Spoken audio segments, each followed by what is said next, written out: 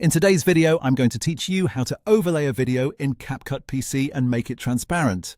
If you want to place one video directly on top of another and create that clean, see-through layered effect, this is a very simple process once you know where to look. The key idea is that CapCut lets you stack clips on separate timeline tracks and then control how visible the top clip is by adjusting its opacity. Start by looking at your timeline lanes at the bottom of the screen.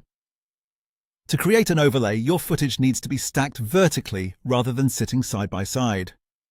Keep your main background video on track 1, which is the lower lane. Then go to your media bin, grab the second video clip you want to place over the first one, and drag it into the lane directly above on track 2. As soon as that second clip is sitting on the track above your main footage, you've created the basic overlay setup. Next, click once on the top video clip on track 2 so it becomes highlighted. This part matters because CapCut only shows the settings for whichever clip is currently selected. If the wrong clip is selected, you may end up adjusting the background video instead of the overlay.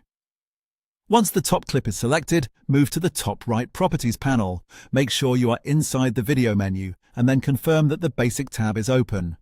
That's where CapCut keeps the main visual controls for the selected clip. Now scroll down in that panel just past the scaling controls until you find the opacity section. This is the setting that controls how solid or transparent your top clip appears. To make the overlay see-through, click and drag the opacity slider to the left. As you lower it, the top clip becomes more transparent, and the video underneath starts showing through more clearly. A setting of 50% is a great starting point because it usually creates a balanced blend where both clips are visible at the same time. This makes it easy to get that layered effect without one video completely overpowering the other.